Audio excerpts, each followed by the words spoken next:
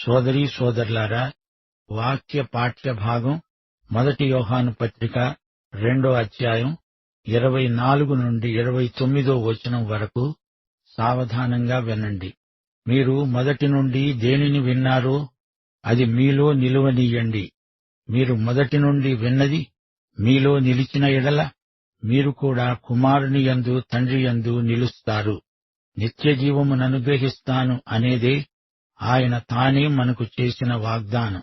మిమ్మను మోసపరిచే వారిని బట్టి ఈ సంగతులు మీకు రాసి ఉన్నాను.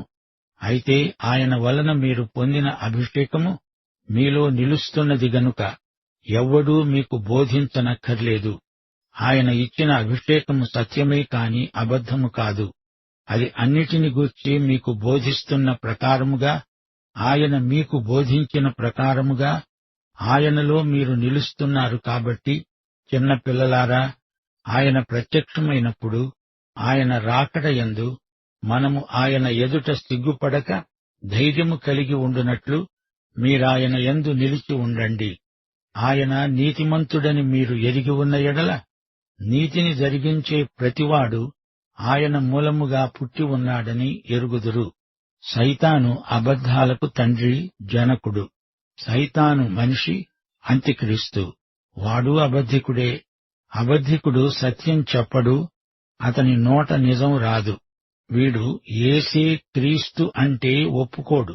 వీడు తండ్రిని కుమారుణ్ణి ఒప్పుకొనడు. యోహాను కాలంలో ఒకరు కాదు, అనేక అంత్యక్రీస్తులున్నారు. ఈ రోజున కూడా ఉన్నారు. వీరెవ్వరు? వీరినెలా పసికట్టగలం? ప్రభు అయిన యేసుక్రీస్తు యొక్క దేవత్వాన్ని ఒప్పుకోని వాడే అంత్యక్రీస్తు. యేసుక్రీస్తు మెస్సీయా అంటే ఒప్పుకోడు. ఆయన ఆశ్చర్యకరుడు, ఆలోచనకర్త, బలవంతుడైన దేవుడు అంటే ఇతడు ఒప్పుకోడు. యేసు దేవ వ్యక్తిత్వాన్ని అంత్యక్రీస్తు సుతరాము ఒప్పుకోడు. యేసుక్రీస్తును కాదనేవారు, యేసును అనుకరించేవారు, యేసుకు నకలుగా నటించేవారు ఈ రోజున కూడా కొందరు లేకపోలేదు. ఆదిమ సంఘములో అది గ్నోస్తిక వేదాంతమనేవారు. వారేమన్నారంటే, యేసు యోసేపు కుమారుడు, అందరిలాగే పుట్టాడు, పెరిగాడు. ఈ రోజున ఆధునిక క్రైస్తవ వేదాంతులు కూడా యేసు దేవత్వాన్ని కాదంటున్నారు. లేఖనములలోని క్రీస్తును గుర్తించని వారే అంత్యక్రీస్తులు. లోకరక్షకుడైన యేసే లేఖనములలోని క్రీస్తు. యేసుక్రీస్తు కూడా దేవుళ్లలో ఒకడు అనే వేదాంతం వచ్చింది. తండ్రిని కుమారుణ్ణి అంగీకరించని వేదాంతం అంత్యక్రీస్తు వేదాంతమే అని యోహాను ఖండితంగా చెబుతున్నాడు. కుమారుణ్ణి కాదంటే తండ్రిని కాదన్నట్టే. యేసు దేవుడు కాకపోతే 2000 సంవత్సరాల క్రిందట శిలువపై చనిపోయిన యేసు మనకు రక్షకుడు కానేరడు. తనను తానే రక్షించుకోలేనప్పుడు మనల్నెలా రక్షించగలడు? మరణాన్ని జయించి యేసు దేవుడు మన రక్షకుడైనాడు. లేఖనములలోని యేసు సాక్షాత్తు దేవుడు, కుమారుడు. దేవుడు గనుకే మన పాపాలకు ప్రాయశ్చిత్తం చేసి తండ్రిని తృప్తిపరచగలిగాడు. ఆయన దేవుడై ఉండకపోతే ఆయన పాపి అని అర్థం వస్తుంది. అట్టి తలంపే ప్రతిహతమగునుగాక. అంత్యక్రీస్తును గుర్తుపట్టండి. యోహాను అంటున్నాడు, మీరు మొదటి నుండి విన్నది మీలో నిలిచి ఉండాలి. అదే అవతార సత్యం. ఆయన పుట్టుక, మరణ, పునరుత్థానములే మొదటి నుండి మీరు వింటున్న సత్యం. ఇది మీలో నిలిచి ఉండాలి.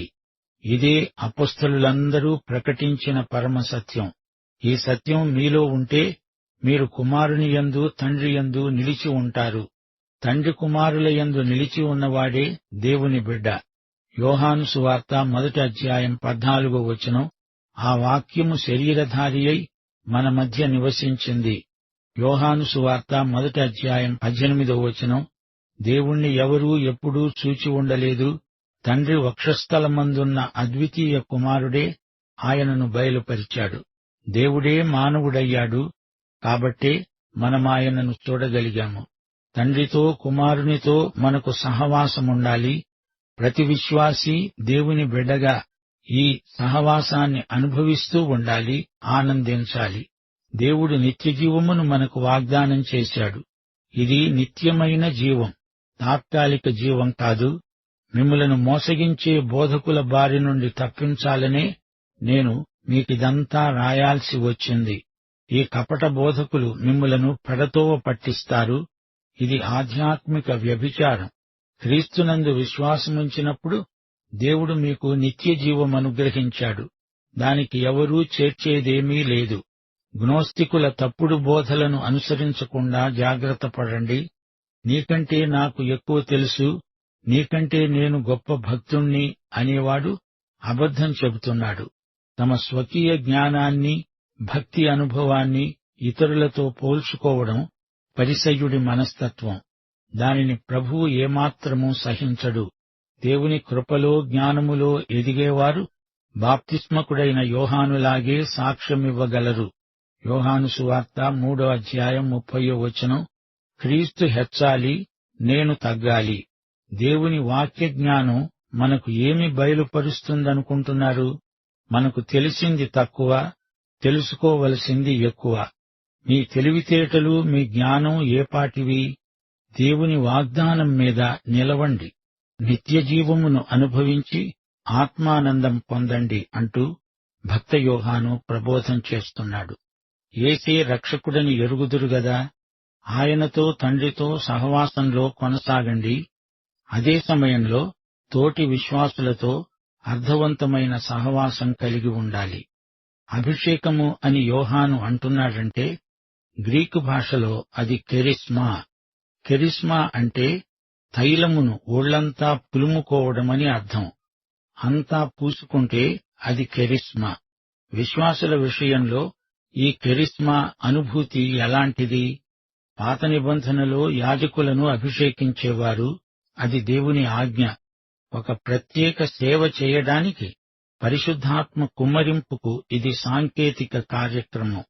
ఆయన వలన మీరు పొందిన అభిషేకం. దీన్ని బట్టి ఎవడూ మీకు బోధించనక్కరలేదు. అంటే బోధకులు మనకు అక్కరలేదని కాదు. అపార్థం చేసుకోకండి. పౌలు ఎఫెసీయులకు రాస్తూ దేవుడు సంఘానికి ఉపదేశకులను ఈవిగా ఇచ్చాడు అన్నాడు.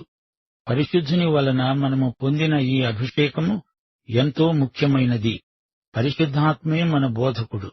ఆయన మనలను సర్వసత్యములోనికి నడిపిస్తాడు. యోహాను సువార్త 14:26 యేసు ప్రభు అన్నాడు, ఆదరణకర్త అనగా తండ్రి నా నామమున పంపబోయే పరిశుద్ధాత్మ సమస్తమును మీకు బోధించి నేను మీతో చెప్పిన సంగతులన్నిటినీ మీకు జ్ఞాపకం చేస్తాడు. పరిశుద్ధాత్మ మనకు సమస్తము బోధిస్తాడు. మనకు అవసరమైనదంతా పరిశుద్ధాత్మే మనకు తెలియచేస్తాడు. ఇందులో ఎట్టి సందేహానికి తావులేదు. యోహాను ఇంకా ఏమంటున్నాడు? ఆయన ఇచ్చిన అభిషేకము సత్యం, అబద్ధం కాదు. పరిశుద్ధుడు మీకు అభిషేకమిచ్చాడు. అది మీకు అన్నిటినీ బయలుపరుస్తుంది. అనగా ఆయన మీకు బోధించిన ప్రకారము ఆయనలో మీరు నిలుస్తున్నారు. ఈ అభిషేకమును బట్టి మీరు సర్వసత్యములోకి ఎదుగుతారు, నడిపించబడతారు. 1 కొరింథీ 2:14 ప్రకృతి సంబంధి అయిన మనుష్యుడు దేవుని ఆత్మ విషయాలను అంగీకరించడు. అవి అతనికి వెర్రితనముగా ఉన్నాయి. అవి ఆత్మానుభవము చేతనే వివేచింపదగినవి. గనుక అతడు వాటిని గ్రహింపజాలడు. 1 కొరింథీ 2:9 పౌలు ఇంకా అన్నాడు, దేవుడు తనను ప్రేమించే వారి కొరకు ఏవి సిద్ధపరిచాడో అవి కంటికి కనపడలేదు, చెవికి వినపడలేదు, మనుష్య హృదయానికి గోచరము కాలేదు అని రాయబడి ఉన్నది. మనకైతే దేవుడు వాటిని తన ఆత్మ వలన బయలుపరిచి ఉన్నాడు. ఇదే విశ్వాసికి పరిశుద్ధాత్మ అభిషేకం. దేవుని వాక్యాన్ని తరచుగా తరచి చదవాలి, ధ్యానించాలి, పరిశోధించాలి, మననం చెయ్యాలి. దేవుని వాక్యం మనలో సమృద్ధిగా నివసించాలి.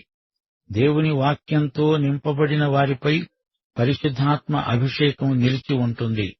వాక్యాన్ని, వాక్యమందలి క్రీస్తును ప్రేమించటంలో ఉజ్జీవము, ఉత్తేజము కలిగించని అభిషేకం అది ఎలాంటి అభిషేకం? ఎందుకా అభిషేకం? కేవలం తాత్కాలిక ఉద్రేకం అభిషేకం కాజాలదు.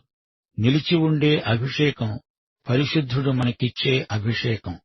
1 పేతురు 3:15 నిర్మలమైన మనస్సాక్షి గలవారై మీలో ఉన్న నిరీక్షణను గురించి మిమ్ములను హేతువు అడిగే ప్రతివానికి సాత్వికముతో భయముతో సమాధానము చెప్పడానికి మీ హృదయములందు క్రీస్తును ప్రభువుగా ప్రతిష్ఠించండి. బైబిలు అధ్యయనానికి సరైన ఫలితాలు రాకపోతే అభిషేకము లేనట్లే. 2 తిమోతి 3:6-7 పాపభరితులై నానావిధములైన దురాశల వలన నడిపించబడి ఎల్లప్పుడూ నేర్చుకుంటూ ఉన్నా సత్య విషయమైన అనుభవ జ్ఞానము పొందలేని వారంటే వీరే. బైబిలు ఎంత పఠించినా కొందరికి సత్య విషయమైన జ్ఞానం కలగదు. వాక్యం ఎంత చదివినా పరిశుద్ధాత్మ మనకు బోధకుడై నడిపించాల్సిందే. సర్వసత్యములోకి మనం వెళ్లిపోవాలి. పరిశుద్ధాత్మ నన్ను నడిపించు అని ప్రార్థించాలి. అర్థం కాకపోతే పరిశుద్ధాత్మ వెలుగు కోసం అడగాలి. ఆయన వలన మీరు పొందిన అభిషేకము మీలో నిలుస్తున్నది గనుక ఎవరూ మీకు బోధించనక్కరలేదు. ఆయన ఇచ్చిన అభిషేకము సత్యమే, అబద్ధము కాదు. పరిశుద్ధాత్మ మన మనోనేత్రాలు తెరిస్తే దేవుని వాక్యములోని ఆశ్చర్యకరమైన సంగతులు మనము చూడగలం. మత్తయి సువార్త 24:24 అబద్ధపు క్రీస్తులు అబద్ధపు ప్రవక్తలు వచ్చి సాధ్యమైతే ఏర్పరచబడిన వారిని సైతము మోసపరచటానికై గొప్ప సూచక క్రియలను మహత్కార్యములను కనపరుస్తారు. కాని ఏర్పరచబడిన వారిని వంచడం ఎవరి తరమూ కాదు. ఏ అంత్యక్రీస్తు ఏర్పరచబడిన వారిని మోసగించలేడు. దేవుని వాక్యాన్ని సరిగా బోధించని సంఘాల వల్ల అమాయకులైన విశ్వాసులు మోసపోతారు. అయితే యేసు ప్రభు యోహాను సువార్త 10:27 అన్నాడు, నా గొర్రెలైతే నా స్వరము వింటాయి. దొంగ కాపరిని యేసు గొర్రెలు ఎంతమాత్రమూ వెంబడించవు. గొర్రెలు యేసు స్వరం గుర్తుపడతాయి. పరిశుద్ధాత్మే వారి బోధకుడు. ఇదే మనకు గొప్ప ఆదరణ. ప్రతి బోధకునికి ఇదే గీటురాయి. అబద్ధ బోధ ఏదో, సత్యబోధ ఏదో పరిశుద్ధాత్మే మనకు చూపగలడు. చిన్నపిల్లలారా, మీరు ఆయన యందు నిలిచి ఉండండి, అనగా ఆయనతో మీకు ఎడతెగని సహవాసముండాలి. ఆయన ప్రత్యక్షం కాబోతున్నాడు. మనకు అభిషేకమున్నది నిజమే, కాని యేసు ప్రభు ఎప్పుడు రాబోతున్నాడో మనకు తెలియదు. ప్రభు ఈ ఒక్క విషయం మాత్రం మనకు బయలుపరచలేదు. ఎప్పుడు వచ్చేది ఆయన మనకు తేదీ నిర్ణయించి చెప్పలేదు. తీరా ఆయన వచ్చినప్పుడు ఆయన ఎదుట సిగ్గుపడక ధైర్యము కలిగి ఉండాలి. యేసు ప్రభువు రాకడ వెలుగులో మనము జీవించాలి. ఆయన ఎప్పుడైనా రావచ్చు, ఈ క్షణమే రావచ్చు. ఆయన వచ్చేటప్పటికి నీవు ఏ స్థితిలో ఉంటావు? ఎప్పుడో 10 సంవత్సరాలకు వస్తాడని కాదు, ఇప్పుడే వస్తాడనే నమ్మకంతో మనము జీవించాలి.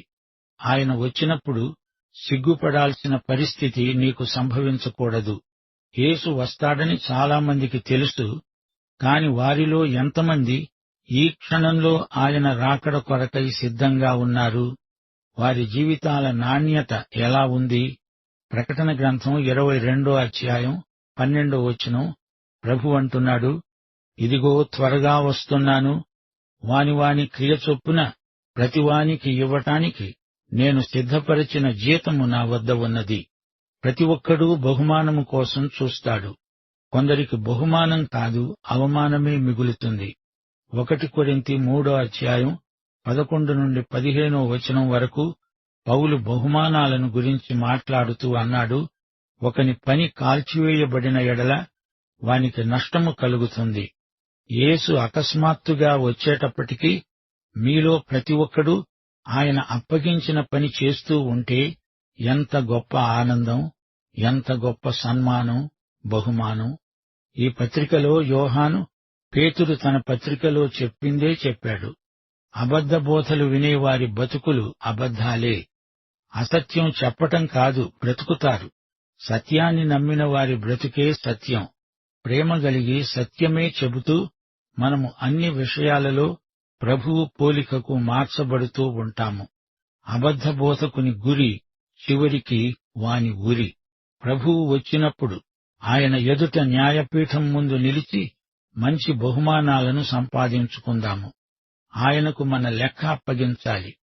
2 కొరింథీ 5:10 తాను జరిగించిన క్రియల చొప్పున అవి మంచివైనను సరే చెడ్డవైనను సరే దేహముతో జరిగించిన వాటి ఫలమును ప్రతివాడు పొందునట్లు మనమందరము క్రీస్తు న్యాయపీఠము ఎదుట ప్రత్యక్షం కావాలి. మనము ఆయన పిల్లలము, అనగా రక్షించబడిన వారమే. మనము ఆయన సన్నిధిలో ఉన్నాము. నీవు రక్షించబడినావా లేదా అని యోహాను అడగడం లేదు. నీవు ఎలాంటి బహుమానాలు ఆయన రాకడ సమయంలో స్వీకరిస్తావు? అదే ప్రశ్న. కొందరి పనులకు అసలు గుర్తింపే ఉండదు. అలాంటి వారి పరిస్థితి నిత్యత్వంలో ఎంతో ఘోరం. 2 కొరింథీ 5:11 పౌలన్నాడు, మేము ప్రభువు విషయమైన భయము నెరిగి మనుష్యులను ప్రేరేపిస్తున్నాము.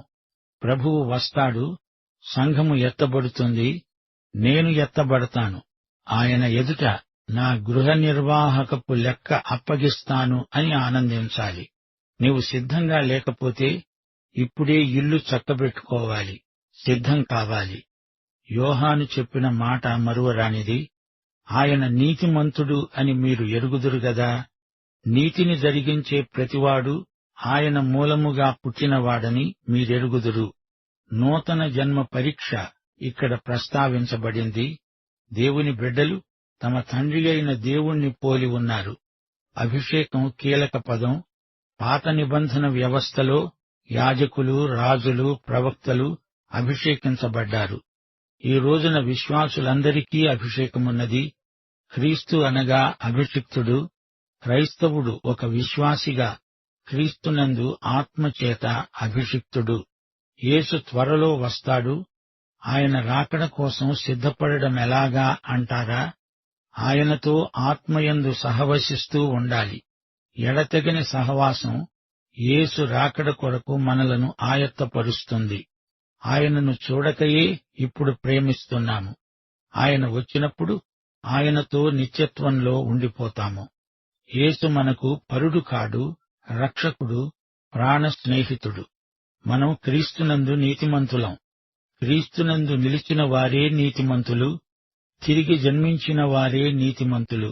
దేవుని కృప, మన విశ్వాసము కలిసిన బిందువే మన నీతికి ఆరంభం. పాఠం ఇంతటితో సమాప్తం. మన ప్రభువైన యేసుక్రీస్తు వారి దివ్యకృప, తండ్రి అయిన దేవుని పరమప్రేమ, పరిశుద్ధాత్మ యొక్క అన్యోన్య సహవాసము, సమాధానము, సంతోషము, సహాయము మనకందరికీ ఇప్పుడు ఎల్లప్పుడూ